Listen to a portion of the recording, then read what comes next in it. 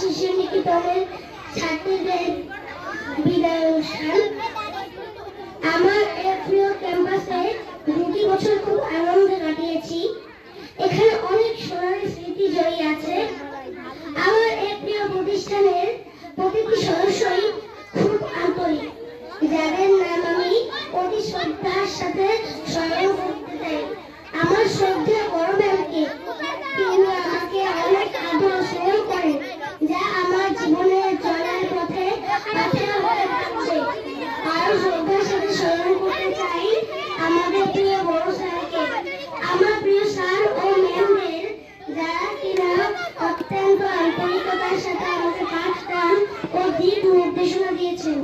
প্রিয় গৌতম স্যারের বিদেহী আত্মার শান্তি কামনা করছি। তিনি অত্যন্ত ভালো মানুষ ছিলেন।